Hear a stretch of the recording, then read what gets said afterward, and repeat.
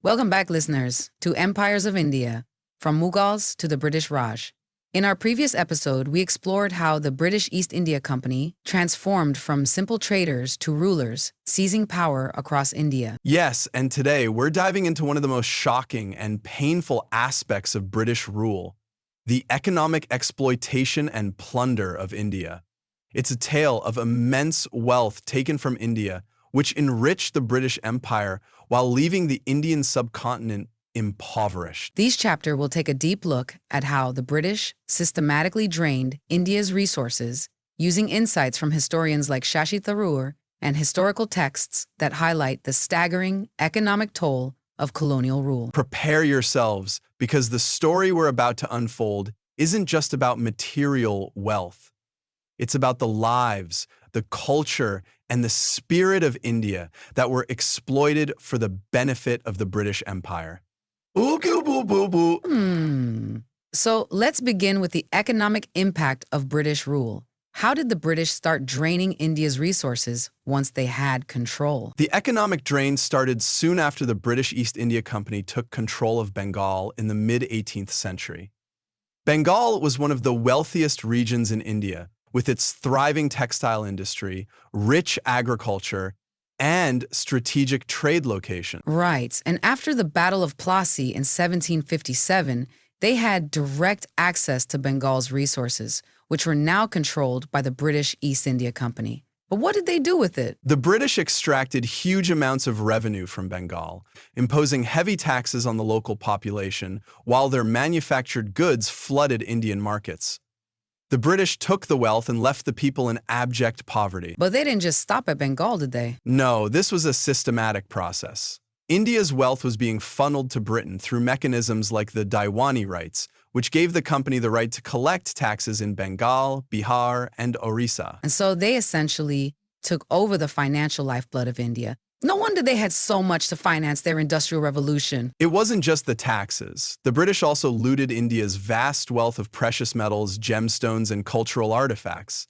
As Shashi Tharoor points out in An Era of Darkness, India's wealth was transported back to Britain for centuries. Oh, yes. Tharoor mentions that the British essentially looted an astounding $45 trillion from India over 200 years of colonial rule. Exactly. This wasn't just a case of trade imbalance, it was outright plunder. India was essentially paying for Britain's industrial revolution, its wars, and its empire building at the cost of India's own development. And that's a staggering amount of money, especially when you consider that India was home to one of the most advanced economies in the world before the British arrived. Yes, India had thriving industries like textiles, which were world-renowned, and rich agricultural lands. But the British made sure India's wealth was siphoned off. For instance, during the colonial period, India's textile industry was decimated by British policies, and India was forced to become a supplier of raw materials instead of finished goods. And let's not forget the industries that were destroyed.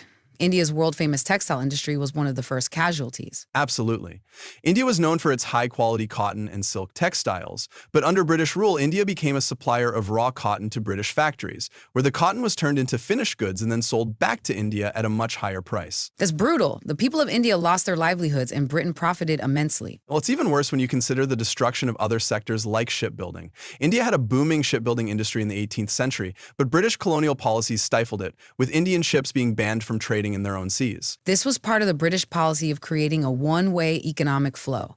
They wanted to make India a market for British goods and a supplier of raw materials. And the profits from this arrangement funded Britain's global empire. But the consequences of British economic policies weren't just economic. They had devastating human costs as well. Yes, let's talk about the famines. The British Empire's policies exacerbated the problem of food scarcity in India, didn't they? Absolutely. The British government consistently extracted grain from India and exported it to Britain and other colonies, even during times of famine. The most notorious example is the Great Bengal Famine of 1943, where millions of people died from hunger. Wait, that famine happened even after the British had formally taken control in 1858, right? Yes, exactly. But the roots of this problem go back to British agricultural policies. They forced Indian farmers to grow cash crops like opium, indigo, and cotton, rather than food crops, which made India highly dependent on imports for its food supply. And when the crops failed, there was nothing to fall back on.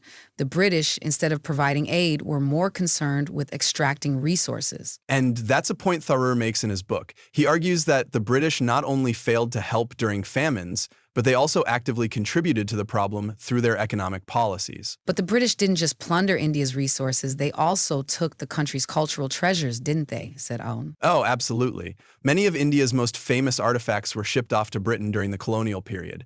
The Koh-i-Noor diamond, for instance, was taken from India and is now part of the British crown jewels. That's one of the most iconic examples, but it's just the tip of the iceberg.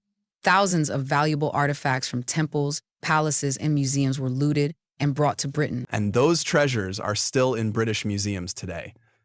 The British made sure to strip India of its wealth, both material and cultural, and take it back to the West. As we wrap up today's chapter, we've seen the devastating effects of British rule on India's economy, culture, and people. The extraction of wealth, the destruction of industries, and the looting of India's treasures left the country struggling long after British rule ended. And while the British Empire reaped the benefits of this exploitation, India remained impoverished and underdeveloped.